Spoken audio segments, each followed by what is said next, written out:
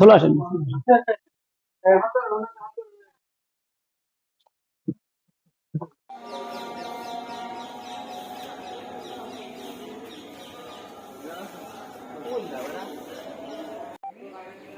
নড়াচড়া করেন না, এই নড়াচড়া করেন না, এই হাতলাম ভাই। রহিম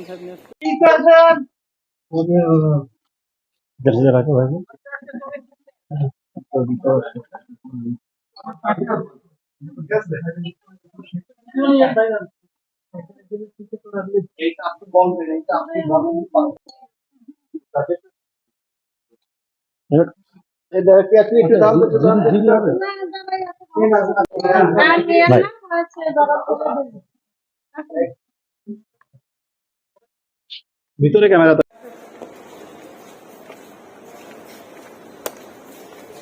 কতদিন পর আইলেন?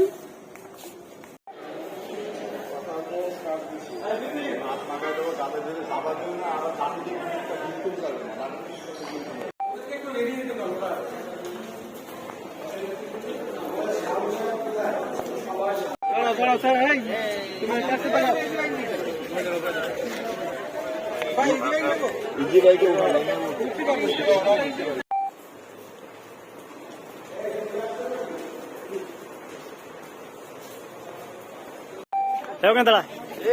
টুকতে পারবে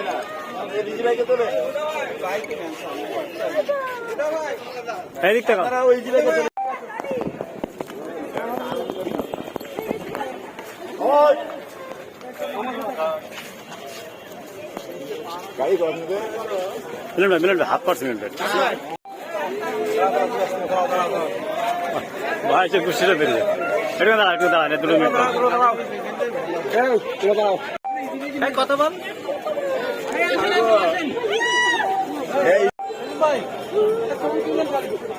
আমরা দাঁড়ান, আপনারা শান্তি দাঁড়ান।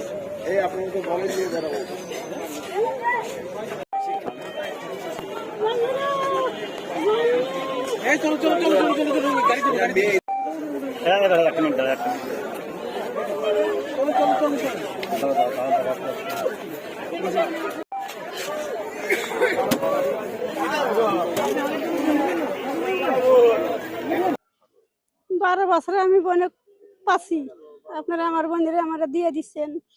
12 বছর আমি অনেক কান্দাকাটি করছি, অনেক টেনশন করছি, চিন্তা করছি। আমার মাটা নাই, মরে গেছি এই মাইয়ের শোকে। তা আপনার ঘরে আল্লাহ ভালো করুক। আপনি আমার মন শান্তি করে দিচ্ছেন, আমার মন জয় করে দিচ্ছেন। আমি আপনার ঘরের কাছে অনেক শান্তি, অনেক খুশি। আমি আপনার ঘরে অনেক দোয়া করি, অনেক ধন্যবাদ জানাইলাম। মাকে অনেক ধন্য সবার কাছে। 12-13 বছরে আমার মাকে আমি দেখি না। আমার আরো 3 ভাই আছে, ওরাও আমার মার জন্য কান্নাকাটি করে। আল্লাহর কাছে দোয়া করছি, আপনাদের কাছেও দোয়া করছি যে আমার মা বাড়াইছে। সবার কাছে সুখী আমি, আল্লাহর রহমত আমি খুব সুখী। এই 11-12 বছর পর আমার মাকে আমি পাইলাম ফিরে, এর থেকে আর আমি কি সুখী হব। আমরা নিয়ে আসছি, তার নাম হচ্ছে সান্ত্বনা, যিনি গত 10 বছর আগে হারিয়ে গেছিলেন তার পরিবার থেকে। মানসিক সমস্যা থাকবার কারণে সে যখন হারিয়ে যায়, তার পরিবারের তার নিজেরই 4 সন্তান ছিল। এই 4 সন্তান বাসায় রেখে, পরিবার রেখে হঠাৎ করে সে উধাও হয়ে যায়। পরে আমরা জানতে পারলাম যে বোম্বের একটা শেল্টারে তাকে পাওয়া গেছে। সেই শেল্টার থেকে আমার সঙ্গে যখন যোগাযোগ করার পর তার পরিবারকে আমি খুঁজে বের করি। সেই সময়টা ছিল আমাদের জুলাইয়ের যে ছাত্র আন্দোলন চলছিল, ঠিক সেই সময়টায় আমি তার পরিবারকে খুঁজে বের করি। আজকে 16 মাস